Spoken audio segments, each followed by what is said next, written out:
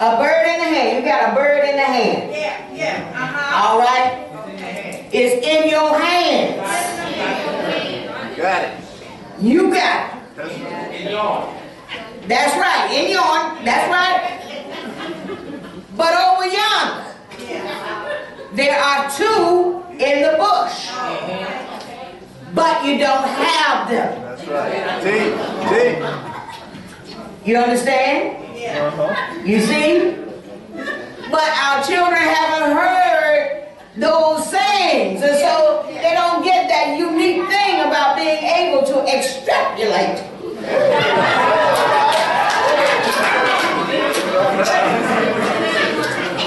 So we need to give them more.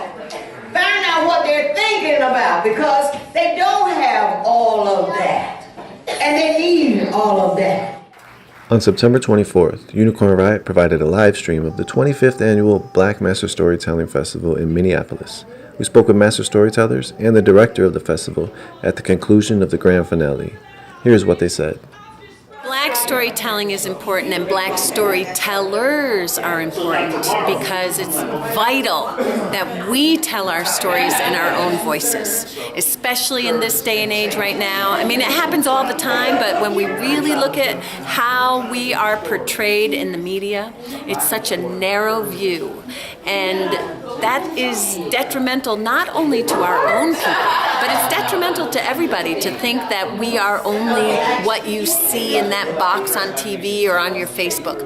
We need to know the breadth of our history, the depth of our culture, so Black storytellers need to have our voices out there. I've learned recently, especially in my studies of communication and identity formation, that when you look at African American youth specifically, we need a point of reference, a place to connect to say, this is who I am, this is where my people come from. And so many of us go to slavery, and it stops there. And then beyond slavery, there's this nebulous gray area that's somewhere on this large, humongous continent called Africa. Nobody can choose a country or a tribe per se, because we're so full of all those diverse elements of the diaspora because of the institution of slavery and just because of the melting pot, so to speak, that America has become. So you find a lot of African American kids who don't have hope because they don't have a point of reference to say, this is where I'm from. We have this term we use, Sankofa. You need to look back to your past to know where you're going to your future. And so African and African American storytelling reminds our children, most importantly, of who they are, whose they are. They do have a place where they come from. That's not necessarily one particular land, but there's a spiritual origin. There is a beginning, and it's beautiful, and it's rich, and it's intelligent, and it's noble, and it's full of integrity, and it is a part and parcel with who they are today. And so telling these stories just reconnects us to our ancestors. And it's not honestly just Black ancestors. Everything began in Africa, right? So it reconnects us all to our mutual ancestors and lets us know, hey, we all come from greatness, and we can all be greatness no matter the conditions that we live in today, whether it's in a high-rise tenement, an apartment, a house. Our identity it transcends our current condition. We call it edutainment, right? Education and entertainment all wrapped up in one. It's the stuff that people remember, right? And it's a shared experience, which I find so very powerful. This is the most ancient way of passing on history and culture, spirituality. I mean, the storytellers were the teachers, and it doesn't get old. I don't care what the technology is. You just get that simple voice, which is so powerful, and I love it. I'm so grateful for these agencies, these institutions that are keeping alive this crucial piece of our heritage. Because if we don't tell our children, if we don't tell each other and remind each other of who we are, we'll be told by other sources that have only a limited reductionist vision of who we are as a people. So I'm grateful for storytelling. Please, if you're watching this, please go to see storytelling festivals and conferences. Support it when you hear about it. Have your kids learn how to tell stories. Think about it. That's how we learned our ABCs by a song. A, B, C, D, right? That's how we learn everything, through song, through allegory. And if we lose that, we lose a little bit of who we really are.